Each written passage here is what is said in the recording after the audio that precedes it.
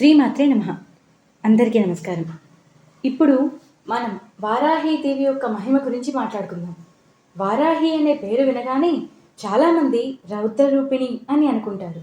కానీ అమ్మవారు శాంత స్వరూపిణి కూడా. వారాహి అమ్మవారు సప్తమాతృకలలో ఒకరు. మాతృకలు అంటే మాతలు అని అర్థం. వారాహి అమ్మవారిని పూజిస్తే సంతానం లేని వారికి సంతానం కలుగుతుంది, కోరికలు నెరవేరుతాయి, సౌభాగ్యం సిద్ధిస్తుంది. అంతేకాక కోరుకున్న ప్రతీదీ జరుగుతుంది. ఆ అమ్మవారు శాంతరూపిణి కూడా. అయితే ఈ వారాహీదేవి లలితాదేవి యొక్క సైన్యాధ్యక్షురాలు. మనం వారాహీదేవి యొక్క ఒక కథ కూడా తెలుసుకుందాం.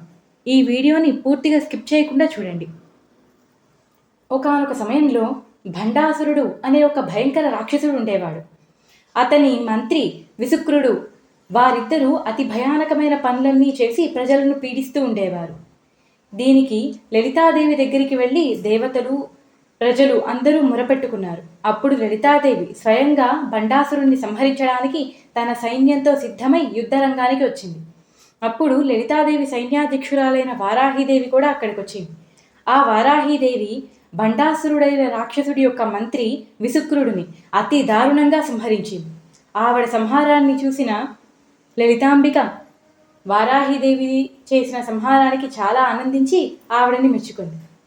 అదే మనకి లలితా సహస్రనామంలో విసుక్ర ప్రాణహరణ వారాహి వీర్యనందిత అని ఒక వాక్యం ఉంది.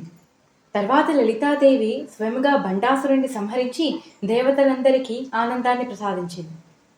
లలితాదేవి వారాహీదేవిని చూసి సంతోషపడిన ఈ విసుక్ర ప్రాణహరణ వారాహి వీర్యనందిత దీని ముందు ఓం ఐం హ్రీం శ్రీం విసుక్ర ప్రాణహరణ వారాహి వీర్యనందితాయే నమః అన్న ఈ మంత్రాన్ని 108 సార్లు పఠిస్తే కోరిన కోరికలు నెరవేరుతాయని పురాణం చెబుతోంది. ఈ మంత్రాన్ని 108 సార్లు నిష్టగా పారాయణ చేసుకుంటే కోరిన కోరికలు నెరవేరుతాయి. కాబట్టి ఈ వారాహి నవరాత్రులు వెళ్లే లోపల వీలైనంత మంది ఈ వీడియో చూసి చేసుకోగలరని ఆశిస్తున్నాను. ఈ వీడియో మీకు ఇన్ఫర్మేటివ్గా అనిపిస్తే దయచేసి ఛానల్కి ఒక లైక్ చేయండి. కొత్తగా చూస్తున్న వారైతే సబ్స్క్రైబ్ చేసుకోండి. పక్కనే ఉన్న బెల్ సింబల్ని ఆన్ చేసుకోవడం మర్చిపోకండి.